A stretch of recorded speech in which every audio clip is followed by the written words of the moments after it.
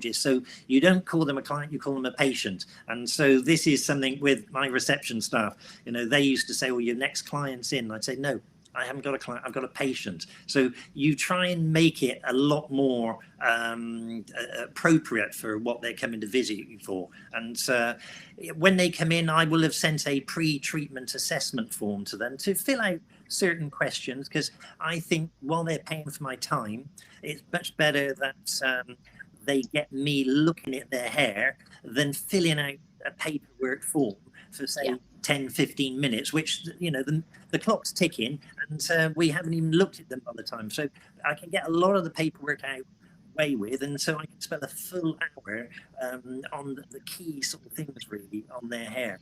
And getting that information, that's why as soon as they're walking through the door, I'm scanning, I'm sort of looking for things, I'm looking for clues. And then when they're seated, I actually say, right, what seems to be the problem? Although they've already put part of it in their email to me, form, I can actually sort of start working my questions into an area that I need them to be. Fantastic. So is it like an hour appointment they'll have initially with you for a consultation? Yeah. So my first appointments are for an hour. Then I give them unlimited access to me for 6 months, because I always say I cannot make you leave today with better hair.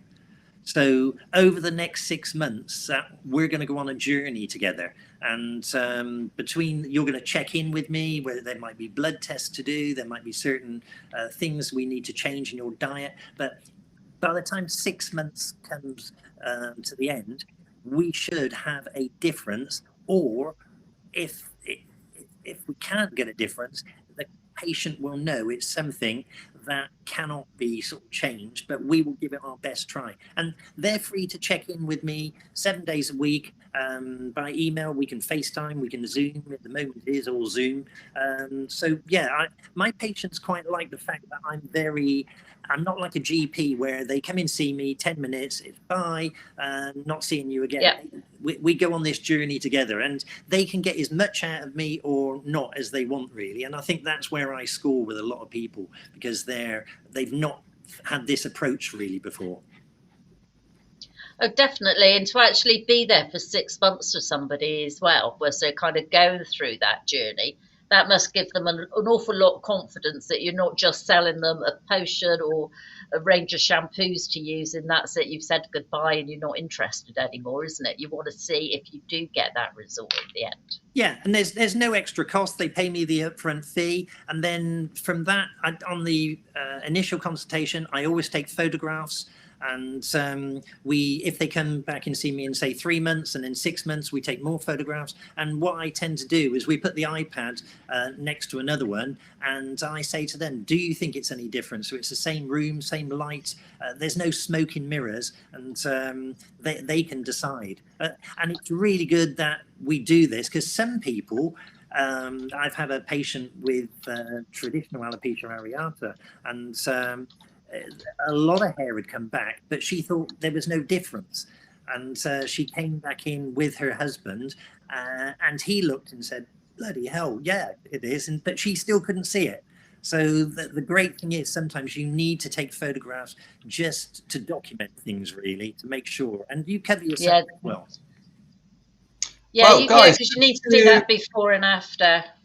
Sorry to cut you off, Jane. We have got like a bazillion questions flying in through. I could see them all flying up at the side. It was all going through my vision. Yeah, flying everywhere. Now, we were cut off for a millisecond before the stream restarted again on all platforms. Nothing was missed, so don't worry, guys.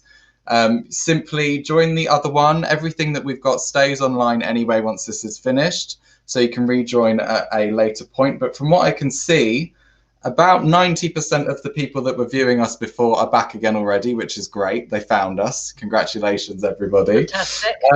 The questions that we've had come through for you, Mark, are: is there a link between menopause and itchy scalp, even if there is no visible irritation or issue? And that one's come up a couple of times. Itchy scalps can be through a number of things, really. So you have to be careful that you're not being led one into the other, and you would need to look at it microscopically. So I can't say there's a direct link, but I can't say that there isn't, because these things all have a matter of, like I say, we do this differential diagnosis, whereas we rule out what it isn't, and then what's left is what it is, if that makes any sense. So menopausal women are a big part of my business. And so we sometimes need to eliminate certain things or add certain things. And it can give a false sort of reading sometimes, where you think, oh, I've got the both, but they could be two separate conditions. And you're thinking that they're joined together. And they could be, but they might not be. So one doesn't always go in hand with the other, really. Okay. So interestingly, we've got quite a good crossover question that I'm going to put to both of you now. So both of you can put your expertise to this one. We have a customer of ours that's asking, they have a very dry scalp with dry patches from where their wig is causing irritation. What would you suggest is the best course of action to try and deal with a problem such as that? Do you want to go, Jane, or me? You can there. Do you know what? You're the guest. You go first. Certainly, I would advise, really, with that, to make sure that there's no irritation being caused by the piece. But besides that, if they've got the dryness, usually a salicylic acid exfoliant is probably the best thing, really. That will take off the dead skin. It removes it, it eats it away, which sounds really awful, but it isn't. I'm always harping on about these things. They are fantastic. They're called a keratolytic, and they love eating your dead skin. My staff always sort of laugh about this, but I always say it eats the dead skin, and it cleans out your follicular orifices, and it just keeps the scalp in a perfect condition, really. So it renews the scalp, gets rid of that dead skin that really shouldn't be on there. And usually if you keep that down, and also it does need usually a bit of sunshine, but you're not going to get that this time of year. However, there are certain conditions you also have to be wary of. That sunshine can sort of aggravate it, so you have to be careful, and you would probably know by your face if those conditions aggravate it. But yeah, I would be cleansing. We cleanse our face, and we have this invisible line here where from this line onwards we abuse. We don't bother. We'll spend pounds on this face, facial creams, and very little beyond here. So you need to exfoliate your scalp once a month. Normally you exfoliate your skin, and nobody told your skin it's any different from this skin on your scalp. So yeah, you have to look after it a little bit better, and washing it a little bit more often. And I'm a big fan, it sounds awful, of dandruff shampoos. You know, not that many people actually have dandruff, but dandruff shampoos once a week are really good. They've got little particles of zinc pyrithione in, and they sort of scour it off, and they just keep that fauna down. Because the one thing is, you can exacerbate things underneath a wig if you're getting a bit hot and a bit sweaty, and then that's a breeding ground. And I'd need to have a good sniff of the scalp then to see if there's anything really going on. Love it. That's so fun. Yeah, that's really good advice, really. And I think sometimes if somebody is wearing a wig and they start getting that irritation, and they think it might be from wearing the wig, or it might be just that their scalp is reacting to something, we would always recommend that they actually put a wig cap between the wig and the actual scalp. It actually just softens it. It feels more comfortable and is actually going to stop any irritation. And if you're treating it, like Mark suggested with the different treatments, you're going to want to keep that covered anyway, aren't you, Mark?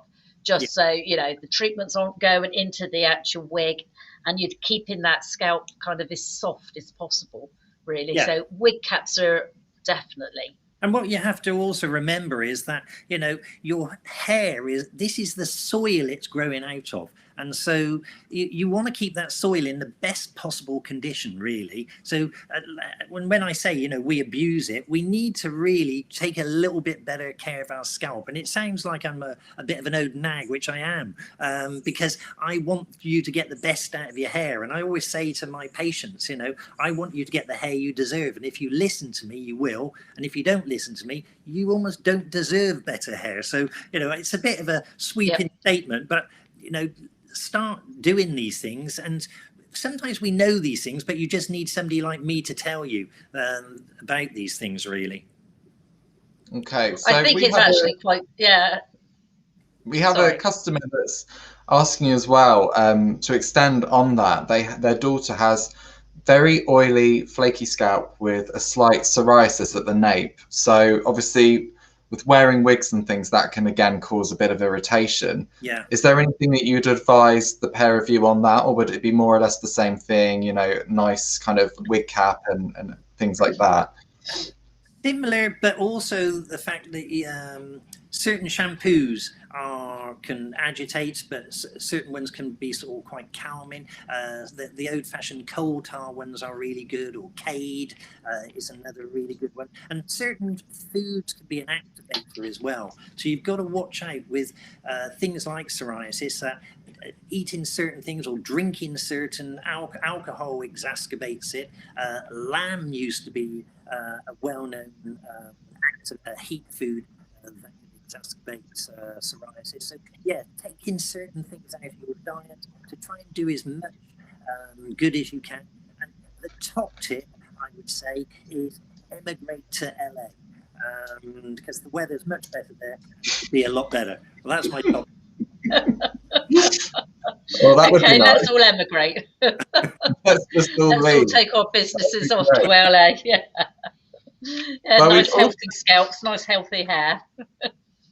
We've been asked as well. There's two things about your consultation process, actually.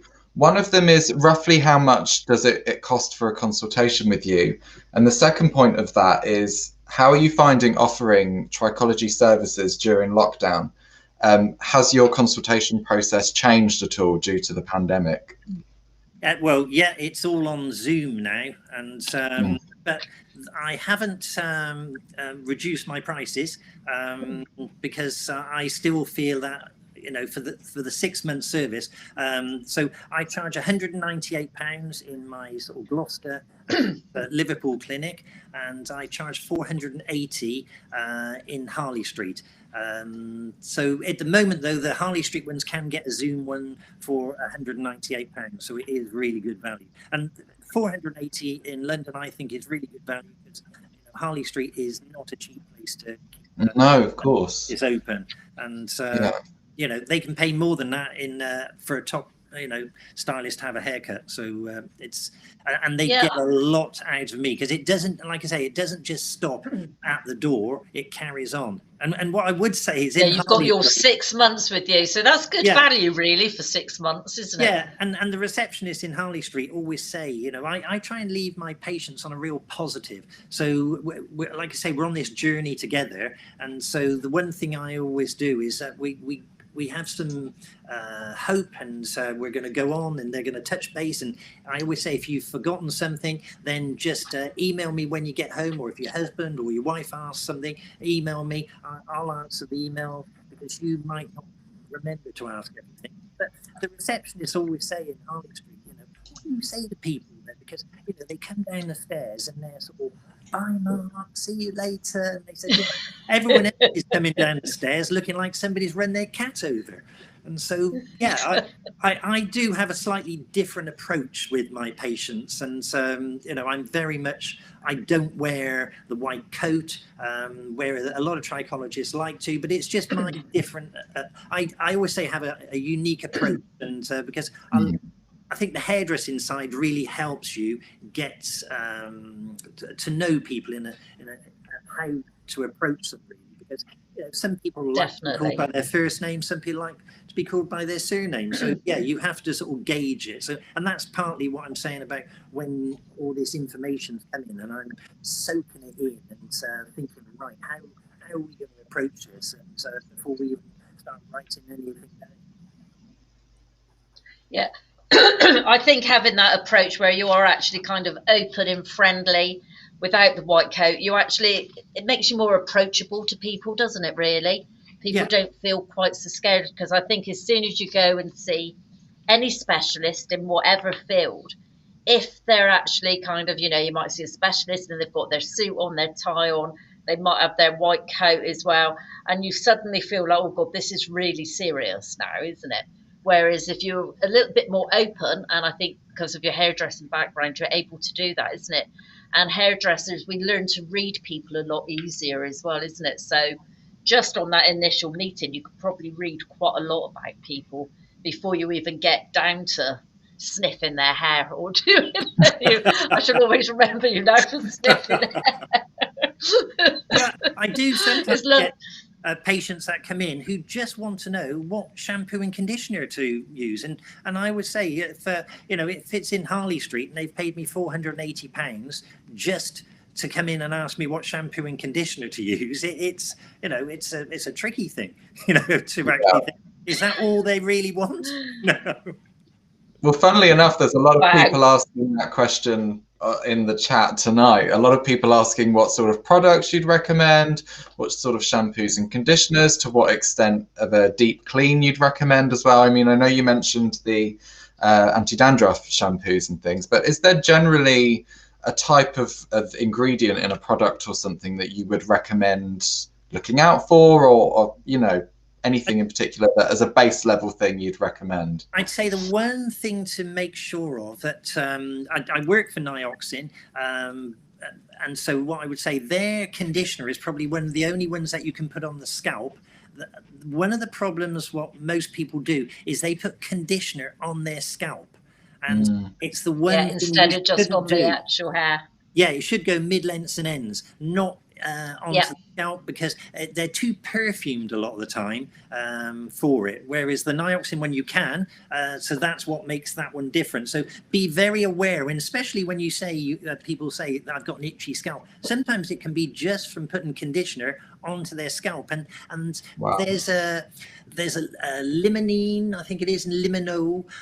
These two products are in a lot of shampoos and conditioners, and a lot of people seem to be agitated by them, and they oxidize. So the older the shampoo, the more likely you are to get this irritation from it. And so I'm seeing more and more people who are getting irritations from those. So yeah, you've got to look out for your ingredients. That's the one thing. But shampooing your hair, is the one thing. You do need to give it a good enough rub. And I find most people who are losing their hair don't actually shampoo their hair hard enough. They shampoo their hair like an apprentice on their first day. It's a bit having a a bit like somebody's just a wet fish on somebody's head, really. They need to give it a good rub. He's enjoying that. He doesn't care. Yeah, no, he likes that little bit. But that's true. You really need to actually get in there and have a proper shampoo, isn't it, really? Yeah, you need to get the dirt off. Yeah, you do. We've got a product that we'll talk about at the end of the evening that actually does that for you.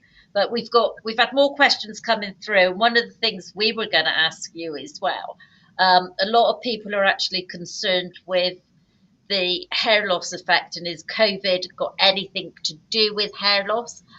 We kind of believe that stress and anxiety will actually, it just exacerbates that hair loss and it makes it worse. And it's not actually COVID. But what are your kind of professional thoughts on COVID and hair loss? Yeah, COVID, definitely you will get hair loss, a post-febrile telogen effluvium, really. So you've had a high temperature, so you're going to get, your body is going into a bit of a tizzy, and it tends to spit hair out, not instantly usually. So it can have a sort of lag time of say 4, 6, or even say 12 weeks. And that hair might not come back until you take away the causative factors, which if you've got long COVID, that might carry on, well, who knows for how long. So yeah, you have to be very aware that you are going to probably lose some hair. I don't know really when you're having the jab whether you'll get any side effects from that, because it's too early to say. And even if you did, there would be no reason not to have it. However, what I will also say is that I'm seeing a lot more people who are stressed because they think they've had COVID, even if they haven't. They're stressed because they think they're going to lose their job. They're not sure if their business is going to survive. So that stress while they've been off has caused a lot of hair loss. Plus, the other thing is people haven't been washing their hair as much. So when you lose, say, 100, 150 because they're not going out. Yeah, so say you lose 100 to 150 hairs a day. That's if you wash it every day. So if you wash it every 2 days, maybe say, 300 hairs. Every 3 days, 450. Plus, they haven't had their hair cut as well. So you tend to notice in the shower when your hair's longer. So all of a sudden, you're not washing it as much. When you do wash it, you see all these longer hairs, and everybody's getting a little bit paranoid. So yeah, that's why I say keep washing your hair. The chances are you don't have anything wrong. And most people aren't going on silly diets in this lockdown. That's the other thing. Diets. I had a patient. She'd lost 4 stone and she'd lost half of her hair. So you have to be aware that your hair is a barometer of your health, and the hair follicle is the second most prolific cell producer in the body. So you grow between 0.3 and 0.5 millimeters of hair a day, which doesn't sound a lot. You've got between 100 and 150,000 hairs on your head. So you put 0.3, 0.5 millimeters end on end, multiply it up by 100 to 150,000. And that means today you will grow 36 meters of hair if you put it all together in one long strand. And like I say, second most prolific cell producer in the body after bone marrow. So, you're oozing out this hair all the time, and you've just got to make sure that you're oozing out the best quality hair, really. So, and that's part of nutrition and, where I come in, really. Yeah, it's everybody looking at their diets, what they're actually doing. It's just like well-being, taking care of themselves, isn't it, really? Yeah. Because, I quite agree with you. I think sometimes people do think that they might have a hair loss problem when it's actually just a normal amount of hair loss that they do actually see coming out in the shower, isn't it? Yeah, if you say wash your hair once a week, you might lose nearly 1,000 hairs, say. So, that's, would be quite scary then. But those hairs are just hanging in there because you've not really washed it. It's very interesting as well, thinking about it like that from more of a secondary effect of the pandemic in terms of the things that we're doing that are completely non-related to the virus itself. I haven't actually experienced anybody talk about that. I don't know about you, Jane, but just the simple things that I didn't think of, like I'm very guilty of it, not washing my hair very much during the last year, actually, pretty much. And it's got so long. So, I do notice that it looks like there's more hair coming out in the shower, and my diet's not been so great, things like that. So that's really interesting. Yeah, I think we're kind of, we might wash some, for me, I might wash my hair as regularly as I always did. But I would say the one thing that I have stopped doing is putting my makeup on every day. Yeah. When I was working and everybody was in the office, I would put my makeup on every morning and leave the house. Now I bring my makeup back to work with me, and I put my makeup on when I'm going live. I don't tend to put it on any other time. And that's the same, it's not caring so much about yourself because you're not seeing people, isn't it, really? Yeah, I think also the other thing is people aren't wearing perfume as much. Because you tend to wear perfume for other people, and if you're at home by yourself, you think, well, what's the point of putting it on? Yeah, but actually I put mine on tonight because I was going. I actually always put my perfume on as well when I go live. Not that anybody can actually smell me, but it's like, oh, I'm ready now. Makeup, perfume, and that's it, and off we go. We both appreciate your efforts, Jane. Thank you so much for doing that for us tonight. Yeah, I'm glad you can smell it. We've had some questions come in related to obviously with COVID at the moment, right at the beginning when it started to really take hold. there was a lot of talk of vitamin D being used as a good thing to help battle COVID. Now, we all know now that the vaccine is the best route, of course. Vitamin D, of course, is great in terms of a lot of things, but is it something that you would recommend to try and stunt hair falling out? Is that something that can help at all? You're seeing, we're seeing more and more hair issues linked to vitamin D deficiencies than ever. Vitamin D is the new big thing, and it's about 50% of the country now is probably deficient in vitamin D. And so we have to, it's one of those things where we need to up our levels of vitamin D.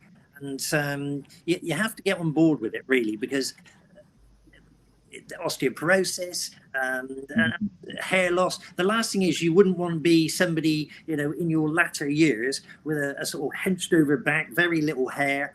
It's not a good look. Plus, it does help with quite a few things with hair loss. So that, like I say, the links on there are really sort of positive, that the more you increase it, that's not saying you overdose on it, but most people, if they have a vitamin D test, will be deficient in it. And I think the border is about 50 at the moment, and so there's calls to raise it to 100. But if 50% of the country is deficient at the moment, if they raised it, we'd virtually all be. So you don't get any vitamin D out of the sunshine from October till April. So even if it's a sunny day today, there's nothing being synthesized by your body. And then the other thing, women wear all these lovely skincare creams that stop you absorbing it. So there's a balance. So you can only then synthesize it through your hands or somewhere like that. So you need to make sure that you are taking it. You can get some out of certain foods, and it's added to certain things as well. But the best thing is really to take a vitamin D supplement, because that will really sort of help your hair, everything about you, really. And yes, it's been linked to COVID quite a lot. So get on board with it now. My tip is, you cannot start it quickly on vitamin D. Yeah, I take vitamin D every day. And a great little tip is, I was going to say, if in the summer, shiitake mushrooms, if you put them on your windowsill for 2 days, they go from 100 international units per 100 grams to 46,000 international units per 100 grams in 2 days outside. So they are just like a sponge soaking in this vitamin D. So, hey, it's a nice thing to eat. It's better than certain things. So, yeah, get on board with those. Absolutely. Wow, you could have a nice mushroom risotto, couldn't you? Very nice. Well, we've had quite a few comments come through. Yeah, but you know what? Not so many questions right now. Just some really nice remarks that have been made. A lot about your makeup, Jane. A lot of people saying makeup. What's that? We've had a comment saying, thank you so much for tonight's health talk. I'll be swapping my wine for water from here on. And anti-dandruff shampoo and vitamin D are on my shopping list for tomorrow. So nice to see that you're all listening, guys. Well done. Yeah, it's important to do all those things, really. I take vitamin D and I take zinc as well to actually go along with it. Be careful are you vegetarian or anything, Jane? No, well, I eat the odd steak and a little bit of chicken, but I'm not a great meat eater, if I'm honest. All right, well, that's fine. But zinc is one of those things, yes, we all need it, but be careful you don't take too much of it, because not enough zinc, you'll lose your hair. Too much zinc, you'll lose your hair. So there's a fine balance, with zinc. Yeah, so just don't. That's interesting. A patient not that long ago, she was taking so much zinc, it was unreal. And after we went through everything, the reason she was losing her hair was because of all the supplements she was taking. She was just overboarding on them. Wow. Gosh, that's quite scary, isn't it, really? Yeah, everything. You're thinking you're doing something really good. Yeah, I think that's quite good advice, really, isn't it? We see over the last probably 5 years, 8 years, Mark, within all of our different branches, we're seeing a lot more ladies coming through our doors with FFA, frontal Yeah. fibrosis and alopecia. Is that something you actually treat and see an awful lot of as well? Well, FFA is just huge, and it is just taking off. And I'm surprised at how many GPs still don't really know what it is, and they're not sure what to do with it. Luckily, where I am, we've got a really good sort of dermatologist who does take on patients with that. There's a limit to what you can do with FFA because, as you quite rightly said just now, frontal fibrosis and alopecia, because the hairline is recessed back, and this skin here, the hair will never grow again, and you get these lonely hairs are left behind, and it's a terrible condition. And the quicker you get treatment, the more likely you are to save some of the hair, because I've seen patients where it's gone right the way back to here. Oh, go right back to the crown. Yeah. It burns itself out eventually, but you don't want to wait until it's burnt it out too far, because you've only got so much hair you can spread around. You can't really do hair transplants on it. You'd need it to be dormant for at least 2 years, and then I doubt whether many surgeons would even attempt it, because you can sort of activate the condition again. It's a shocking FFA. Yeah, we see a lot of ladies with it. We do a lot of custom-made work for clients with FFA, because, as you say, that hair is not going to actually come back in that area. So we tend to make a lot of kind of fill-in pieces so they can actually still use all their own hair. But that is, for us, is a hair loss company, is something that we see constantly and on the increase all the time as well. And actually quite young women as well. You think of women of a certain age would actually get the problem, but it's actually getting younger and younger, the people who are actually coming through the door. It is. When I first started sort of trichology, used to say it was middle-aged, menopausal, middle-class women, which is still the sort of predominant sort of amount of people in it. But you are seeing more and more younger people with it, and they're doing lots of sort of investigation into it, but nobody quite knows really the activator, what it was, and hopefully it's not still around, whatever was causing it, but nobody quite knows at the moment. It's still an unknown sort of area. It is one of those unknown ones, isn't it, really? Yeah. And I think that's a thing with a lot of the different kind of alopecias that we actually see and people actually get. You've got your autoimmune disease, isn't it, that is actually kind of wreaking havoc with the actual hair follicle. But nobody knows absolutely for certain what it is to pinpoint it to actually get that hair to regrow, isn't it? It's very difficult. Well, guys, we've got some more questions come through about COVID now, just to take it back to that as well. So I know we've touched upon this already, but do you think that we will see a lot more hair loss due to COVID-19 moving forward, from obviously things like long COVID or the follow-on from having the vaccine? Do you think that people's hair will be generally affected by the condition? I think we're going to see two things, really. One, because I think you're going to see a lot more people who have not had hairdressing services for a while, and so you're going to see a lot more people probably growing their hair colour out and wearing their hair longer, which is really bad for the hairdressing industry, because one of the things, the national average years ago used to be that you went in every sort of week to 2 weeks to have it set. Then cut and blow dries came out, and it went to every 6 weeks, and now the national average is around about every 9.8 weeks. It's probably even gone up from that, really, because people are wearing their hair longer, they're doing their colours. It doesn't matter if they've grown out with sort of various colouring techniques they're using. So I think you're going to notice a difference in that.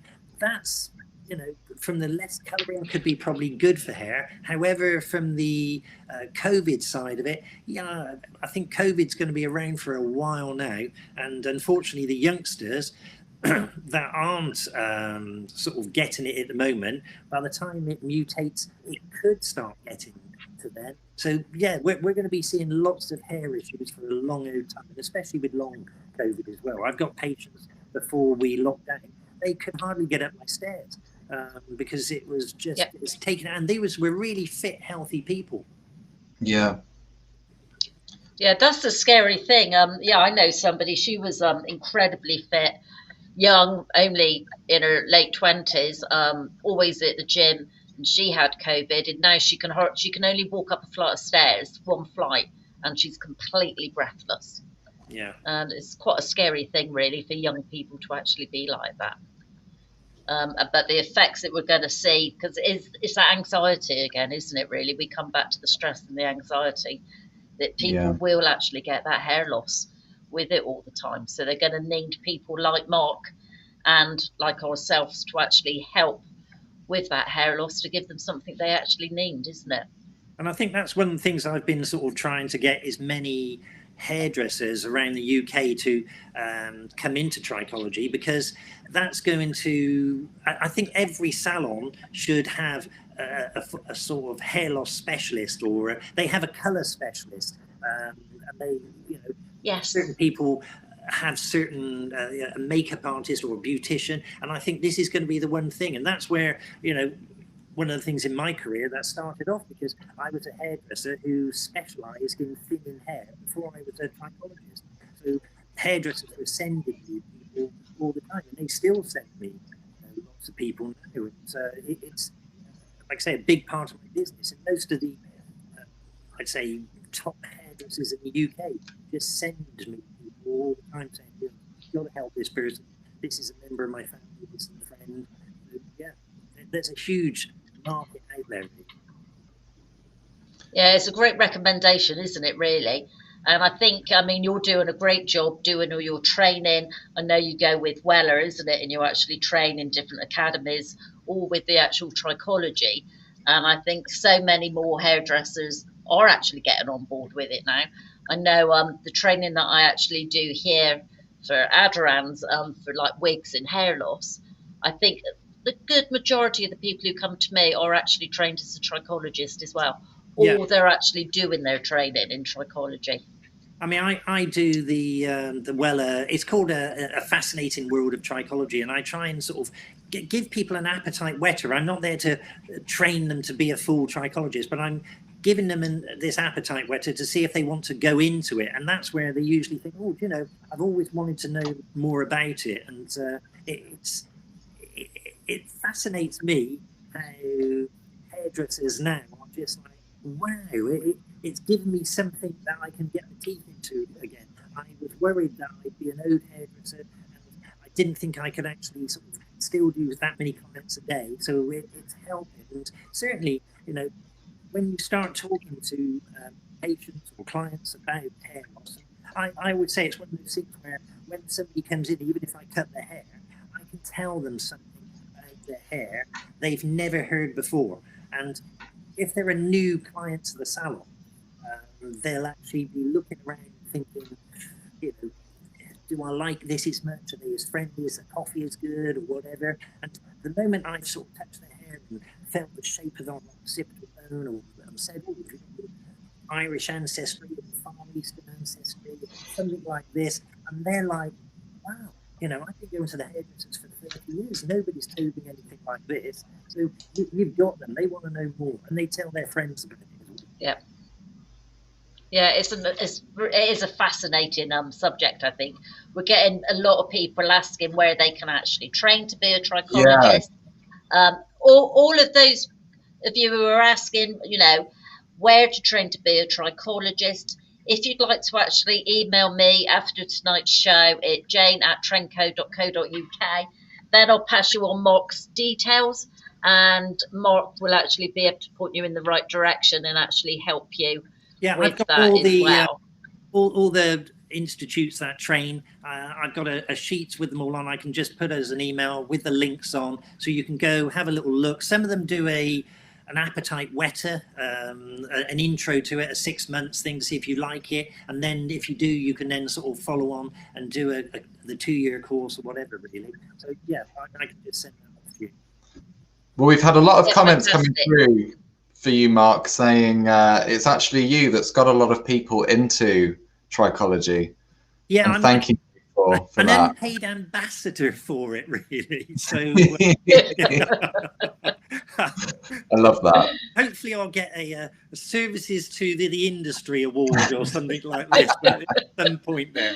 I mean, even Colette Osborne, who's a huge name in the industry at the moment, she has started training to be a trichologist, although she's had to sort of postpone it while she's campaigning for all salons at the moment. So I'm stunned at how many hairdressers get in touch with me, and like I say, British hairdressers of the year. A fascinating one ages ago was the Charlie Miller people, who said to me, "What gave you the idea of talking to hairdressers about hair? What made you think they would be interested?" So it is. It's like I say, I took the idea to Weller and said, I'd like to talk to hairdressers about hair. Initially, they were a bit like, well, they learned that in college. Yeah, and I said, no, I want to take this to a different level. And luckily, Sheila Jackson, who was there at the time, was very trustworthy of me and sort of said, oh, we'll give it a whirl. And now, when I do the courses for Weller, and one of the companies I work for in Dublin is a company called Peter Mark. And they've got something like 80 salons in Ireland. And I did one of their training things. And the feedback came. They said, we've never had feedback quite like this off any course we've ever had run. And they are just... they were totally on board. And a couple of girls in Liverpool, I was teaching this one day, they were sort of 19-year-old, very cool sort of girls. And they said, oh, we've been sent on this by our boss. And, we don't want to be here, but we usually fall asleep or, get out in the afternoon. And then they were there all day, and they were just like, wow, I never thought this was going to be like this. This is brilliant. Yeah. I thought, flipping out, even to impress somebody at that young age was fantastic, really. I think what comes across with you, Mark, really is that you've got that passion for it, isn't it, really? It's having that love and that passion that you want to pass on and pass that knowledge on to everybody else. And I think when you learn from somebody with passion, it makes it so much easier to actually learn. It's passion, it's enthusiasm as well. I mean, if you go into a store, if the sales assistant is enthusiastic, the chances are you'll engage and buy something. But when they're don't care and they don't want to know, you get turned off by it. And I always say I'm sort of probably the most enthusiastic person you'll ever meet about hair loss. So I always say, don't sit next to me at dinner, because I'll be ranting on about something. But I can give you more sort of little facts that you think, wow, I'd never heard that before. So it is. And I think when I teach as well, I'm very aware, and I know this is a sweeping statement, but quite often hairdressers have the attention span of a gnat if you're not impressing them. Yes. So you have to make it that they're enjoying it, they're having a bit of fun, they're doing it a bit different, and hence why we do the hair sniffing, because they don't expect that. And it's very much like, oh, I wished I'd washed my hair this morning, and especially when everybody else is sniffing it. Yeah, you can imagine now, if anybody watching tonight and they actually come onto any of your courses in the future, they're all going to have that squeaky clean fresh hair, aren't they? Exactly. They would have got up 2 hours before just to wash it. I must remember to do the same when I see you again, face to face as well. I'm sure I'll get arrested. Oh no. Yeah, on the tube in London, as you go around sniffing different people. Oh dear, that is actually quite... We've got some quick fire questions for you, Mark, just quickly to go through now. It's been really great talking to you, and there's just so much coming through, it's hard to actually keep on top of. But so quick fire, can I improve my hair growth after chemotherapy? Is there anything I can do? Hopefully yes. I mean, chemotherapy, it knocks the stuffing out of the hair. So it takes a little while to get back. The colour quite often is sort of shot, because it's sort of where the melanin is sprayed in, those sort of injectors almost have been sort of knocked out.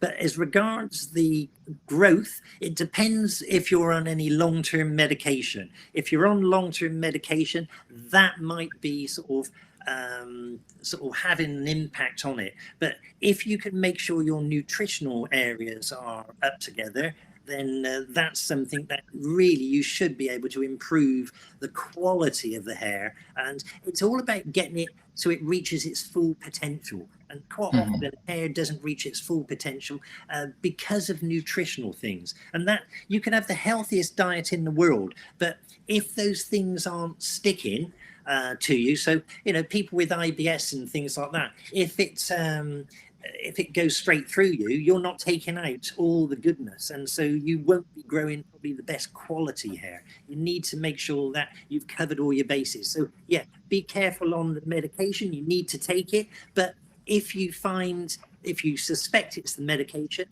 I quite often say, right, ask your specialist if we can go on a different variant of it. Now, it's a bit like sometimes hairdressers use their favorite colors, and so physicians quite often use their favorite medications, and so you'll never probably get the Rolls-Royce version, but you'll get either a Vauxhall or a Ford version. And so you think, well, I don't want the Ford version, can I have the Vauxhall version and try that? And I find that an awful lot. We just go back and we'll say to the physician, or the specialist, can you actually use a different medication? They go, oh yeah.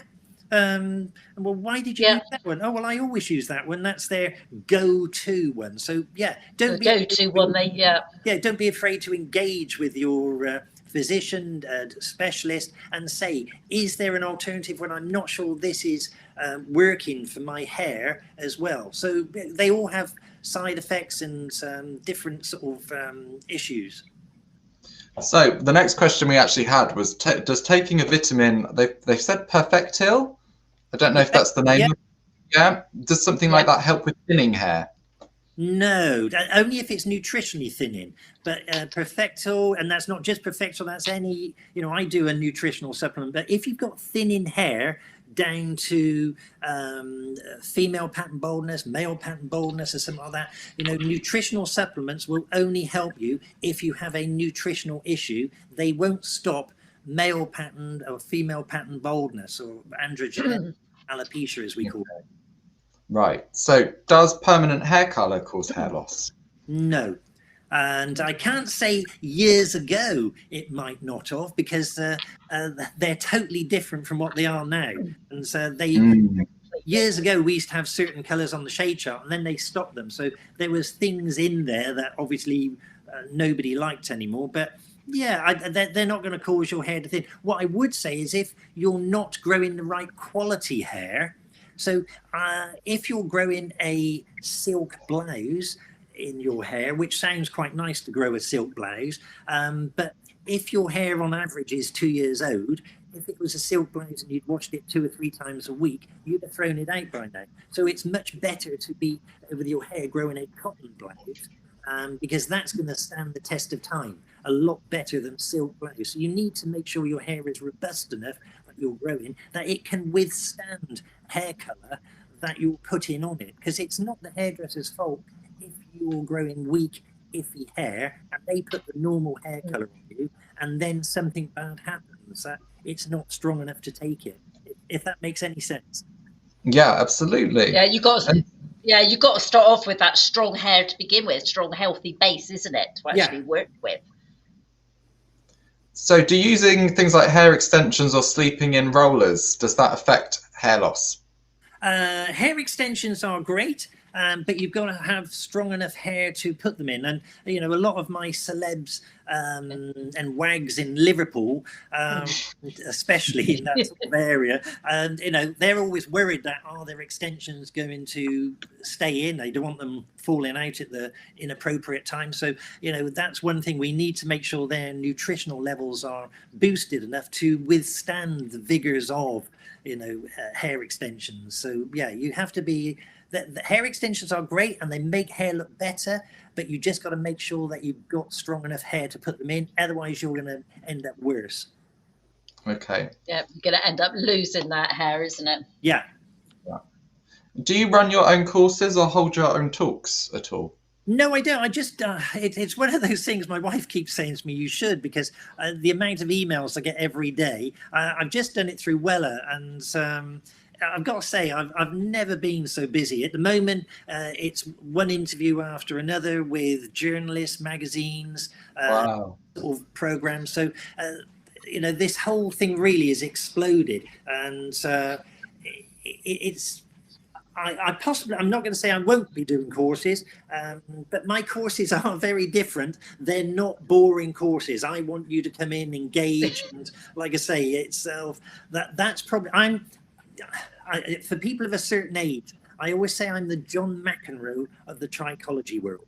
And to know what that means, really, years ago, John McEnroe, when he played at Wimbledon, people didn't like him too much because he argued, he pushed the boundaries, and he changed Wimbledon.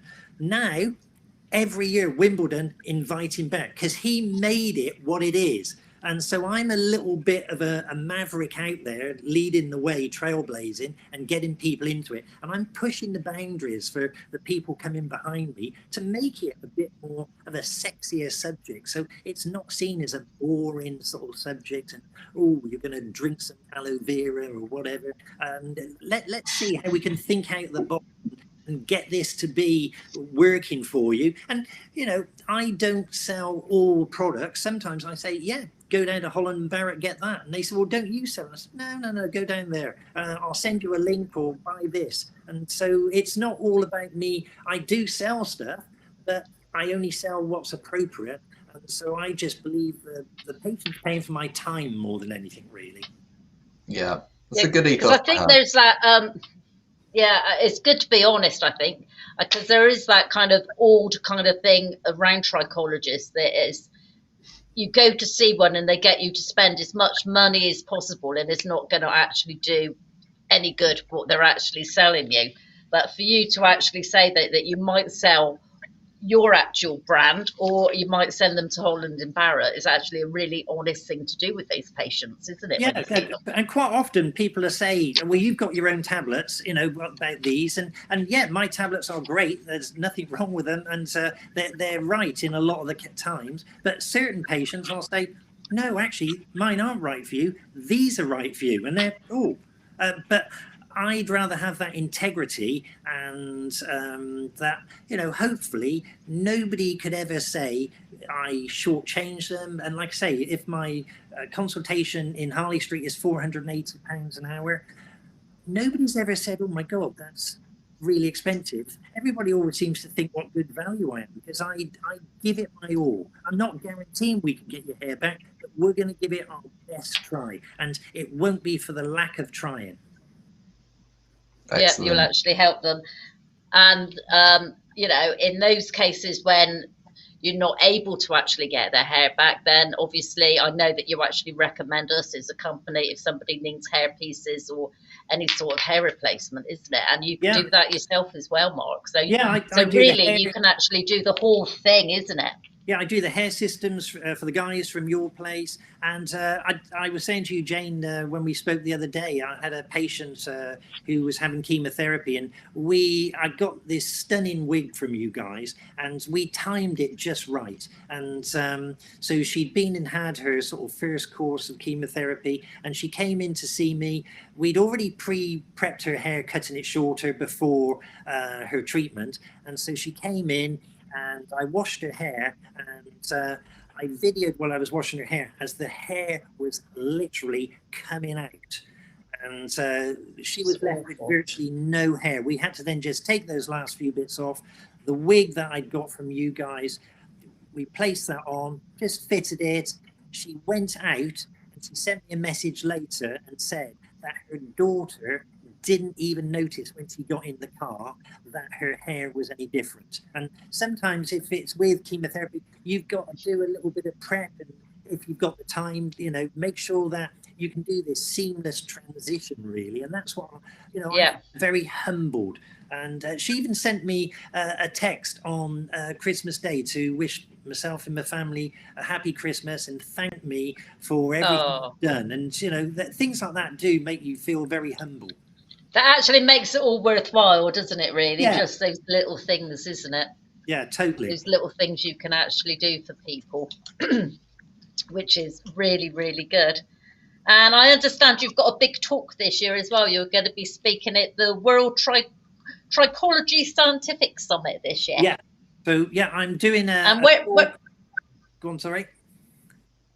Where's that based? Where will you be travelling for that one? Well, it should have been in America, but it's no longer going to be in America. No, it's going to be from my clinic, and we're filming it very shortly. Actually, you're allowed to do educational filming, and so my wife's got to act as the patient because she's in my bubble. She's not very keen on doing it, but you know, she has no choice, and so.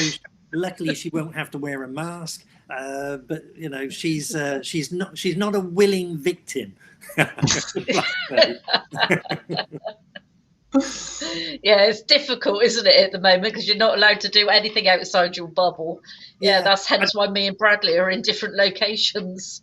Yeah, I know, it's tricky. I like doing, getting involved in courses. I don't tend to sort of do many of these scientific summits because, everybody's cross-checking what you're saying and cross-checking your work and looking for mistakes and everything. So, it's taken a lot of prep to get that done. But, it's one of those things that I know most trichologists around the world now. And it's lucky that if I have a thing where that if any of my patients are going abroad, they know that I can find a trichologist in the country they're going to, and they have to pay for the treatment if they need it, but I can call upon a favor to get them in or whatever, really. And I have this thing where I look after celebs who can do a 24-hour a day sort of where I look after them, and I charge £5,000 for every 6 months, but they can phone me 24 hours a day, no matter where they are in the world. I sleep with the phone beside the bed, and I'll answer it, and if there's something they need to know, I can get that done. But that's because I've put myself in that arena. And what I realized a long time ago is with celeb patients, they only like the word yes. And they don't like that word no. And as long as you say that word yes, they're happy. Now what I have to do behind the scenes is another thing. I had to call in a favor from somebody in Miami not that long ago, get something FedExed over to the UK for a big pop star, and behind the scenes all this was going on and they had no idea. But within I think it was about 4 days, they had what they wanted, and I, like I say, had called in these favors, and they were happy. And so, I just realized with that word, I can't do anything inappropriate, but what I can do is try and make it that they think they're getting what they need. Sometimes I can suggest getting what they need. But they're a different sort of animal, really, and that's why I've had to develop this sense of Sherlock Holmes with finding out what's going on with them, because their attention span or somebody else has got their attention and they need to be off somewhere. So I've got to get as much information as quickly as I can. Plus, I don't know what other substances they might well be on, and so I have to be looking for clues. Yes, absolutely, isn't it? Very good. Well, we've had some nice comments about Harry now, so that's nice. The dog is adorable. He's a star. He just loves being here. He's been out for a 5-mile walk today, so I thought he'd be asleep, but no, he's. No, I think he's enjoying the evening. Yeah, he's just looking into the camera. Yeah, he's lovely. He's a Norfolk Terrier. Oh. Well, anytime you need a dog sitter, I'm quite happy to have him with me. He's very easy. He looks very easy to look after, absolutely. Which is really, really good.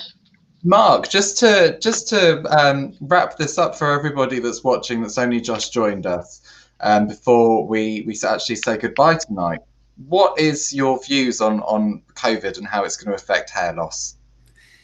It is going to affect hair loss in every way, shape, and possible. Because, like I say, people not having their hair done, but also people suffering with COVID, the stress of COVID, the long-term COVID. Yeah, I expect to be very busy for quite a while, and any other trichologist out there, I think, will be the same. And because doctors are not able to see people for various things, like hair loss, this is the time really. And I'd encourage anyone that's thinking of going into trichology, think about it. If you've got the time, you've got to have the time to get into the training.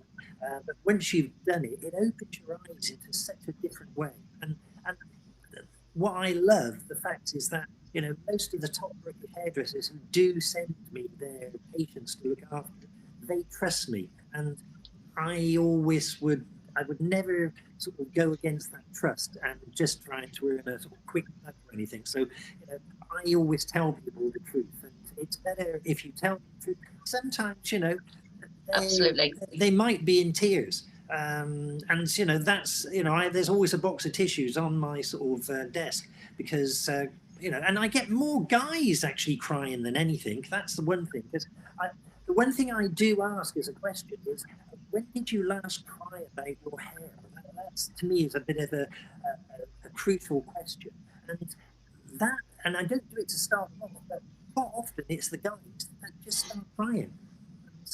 You know how important it is then. And hair is one of those things. I always say there's nothing better in life than having choices. So if you've got hair, you've got a choice. If you've only got 3 hairs on your head, you haven't got a choice. Fine if you're Jason Statham, you look fantastic without hair. But if you don't look like Jason Statham, then it might not suit you as well with any hair. So having a choice, you can shave your hair off. But having no hair, you have no choice. So keep your choices open, keep your options open. The time to start any hair loss regime is now, because the worst that can happen is that you will look exactly the same. So yes, you might have used some preparations, some hair loss preparations, and not lost your hair, but maybe you would have lost it. And hair loss is a slippery slope that you go down. So it depends where you stop on that slope, and because it's very hard to go back up that slope. But if you do nothing, you will carry on going down that slope. And so treading water is a really good thing. Going under the water is not such a good thing. So start your hair loss regime now. Don't wait. No, that's really good advice, isn't it? Really, I think for men and for ladies, because as you said, nobody's going to actually notice then, are they? No, if and most you actually people start it as soon as you've got a problem. You don't tend to notice that you've lost any hair until you've lost about 50% of it. So already you're starting to go under the water. You need to be above. So, get in before you've lost 50%, because you know what's going to happen if you do nothing. You're not going to have a choice eventually. Eventually you're going to go to the hairdresser and say, oh, I want this, or a quiff, or something like that. And they're just going to say, I can't, my name's Mark, not can't Merlin. do that for you. Yeah, you can't do it. We need to start looking at hair replacement and other things, and then it's very noticeable. Yeah. I would say with the gents that would like men's hair replacement, with the guys coming through our doors now, we're getting much younger and younger men coming through our doors wanting some sort of hair replacement, which is great for us. And I think they're doing it absolutely right, because then their peers aren't actually going to notice that they're actually wearing any sort of hair, because it just looks completely natural on them. Whereas, as you said, if you get that 50% of hair loss, everybody actually knows about it, isn't it? I've got a guy whose hair I use one of your hair systems on, but he's now having, so he's got my sort of hair, but now he's ordering, it's like a real blonde color that you do, and so he's having that on and making it look like he's sort of bleached it up, and so he's a bit more in a boy band, and he alternates between the two now. So it's great, and they're fantastic, and I love doing the before and after photos on my courses. I show them about hair systems, the before and afters, and you cannot believe that, you know, these guys are wearing these systems. So, you know, that's great when they don't have a choice, and it gives them when that choice has been taken away. yeah, Definitely. Yeah, I think it's always nice to know there's options out there for people. If you've got that hair loss, come and see somebody like yourself, isn't it? See if you can actually kind of find a solution to that problem, or otherwise it's knowing that there are other places you can go to actually get that help and support that they actually need, isn't it? yeah. And there's so many people out there in the UK now and in Ireland who can actually give all that help and support to people, which is really fantastic. Well, Mark, it's been absolutely invigorating. I've learned so much tonight, and I've really opened my eyes to how I've looked at the COVID situation as well, which has been great. Talking so long, I think the fire's gone out. I know. It's really getting cold soon. Well, I need to put a couple of logs on. Yeah, it's been really wonderful having you on. I'm sure Jane would agree, and we'd love to have you back at another time if you'd like to join us at some point. Absolutely, that would be great. It's a fascinating subject. Yeah, it really is. And obviously, everybody that's sent in their questions tonight, thank you as well. Jane and I, obviously, we've got a few more things to say after this, but I think we'll say goodbye to you now, Mark. Thank you so much. Thank you so much. Yeah, thank you. Thank you for your time this evening, and to you, Harry. Thank you, Harry. Absolutely beautiful, giving you a wash again. Oh. Yeah, thank you for your time. It's been absolutely amazing, and I'm sure we'll be passing on your contacts to lots of different people as well for you. Brilliant. Well, take care. Thank you. Bye, take care. Bye. Stay safe. And you. Bye-bye. Stay warm. Bye. Bye. Right, it's just us, Jane. That was amazing. Yeah, what a absolute. Well, I really enjoyed the evening, and I hope everybody else who has actually joined us this evening have actually enjoyed it as much as we actually did. Such an interesting person to actually talk to, and quite a good insight to everything to do with hair loss and COVID and all those different questions, really. Quite an entertainer. Just an all-round really, really nice guy. Like, I think when the time comes, and it will, when I need to speak to a trichologist, I really hope that I have that same, experience speaking to somebody, because it just makes all the difference, doesn't it? It's like what we do at Aderans, just having that friendly approach rather than the lab coat and all that kind of thing. It just, it really does change things up. It's being slightly more kind of not completely laid back, but just being more open and more friendly, isn't it? Really, that you feel he's approachable, wasn't it? Like, with everybody within our group in Aderans, they're all very approachable, all of our girls and guys, and I think that's what you need, isn't it, when it comes to hair loss? Because people they're scared to talk about it, they're embarrassed to talk about it, and to show people, that they're losing their hair.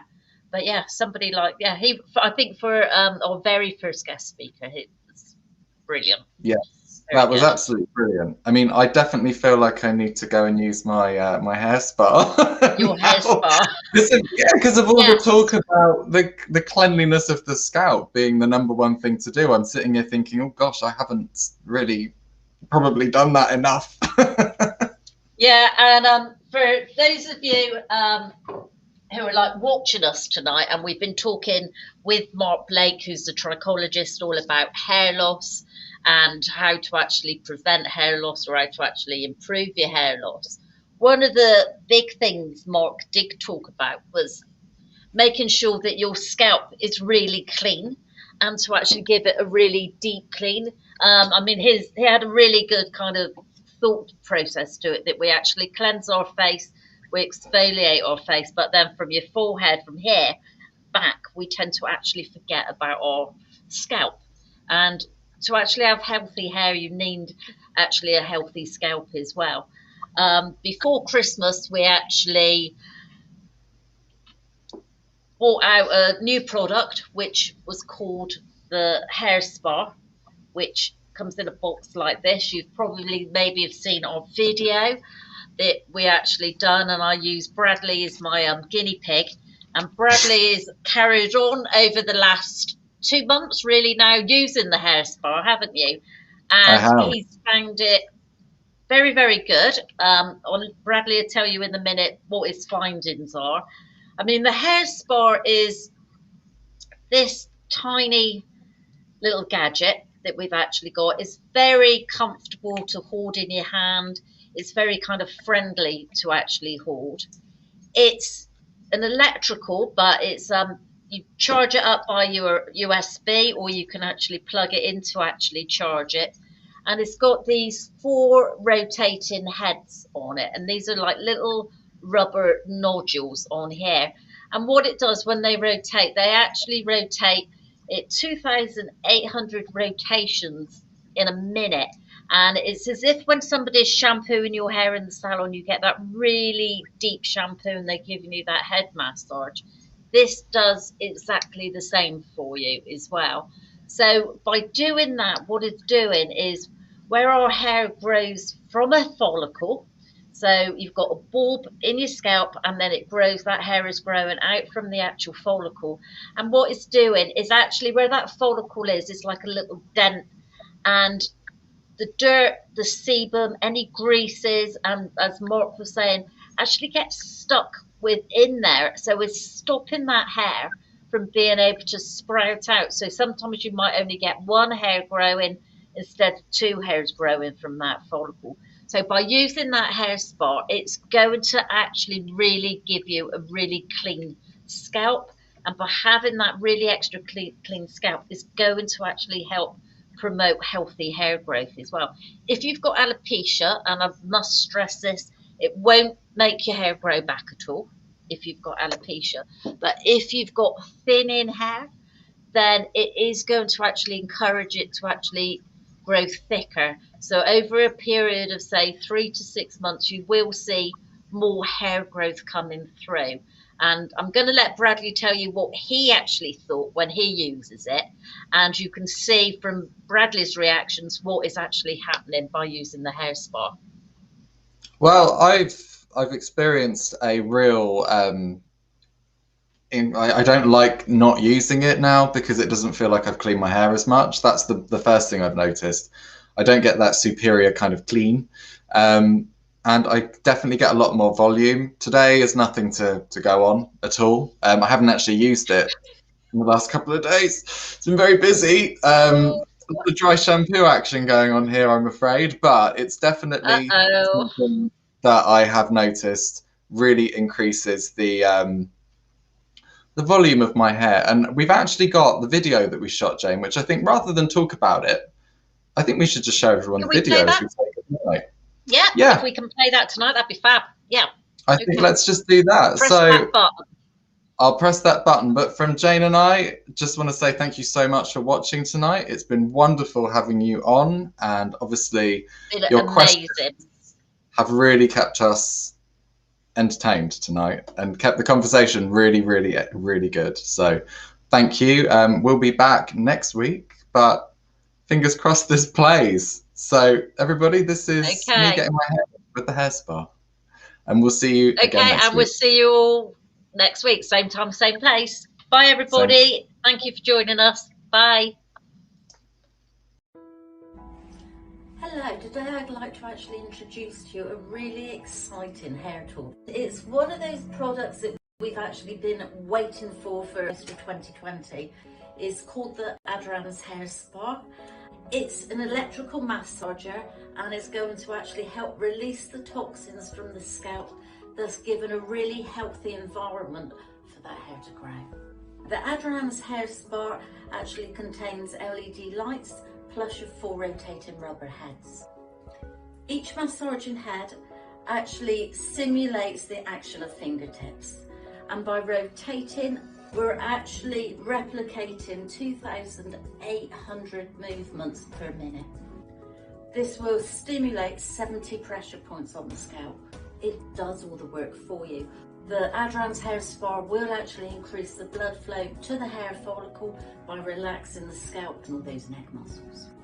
By using the hair spa every day for 4 minutes, or whenever you shampoo and condition you will actually be stimulating that hair growth, making it stronger. So over a period of 6 months, you will see stronger hair growth coming through.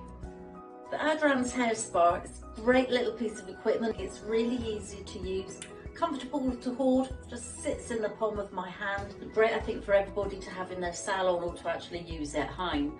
It's waterproof, you can charge it quite easily by plug or by USB. We think it's one of those really great products and a must-have product for everybody this Christmas.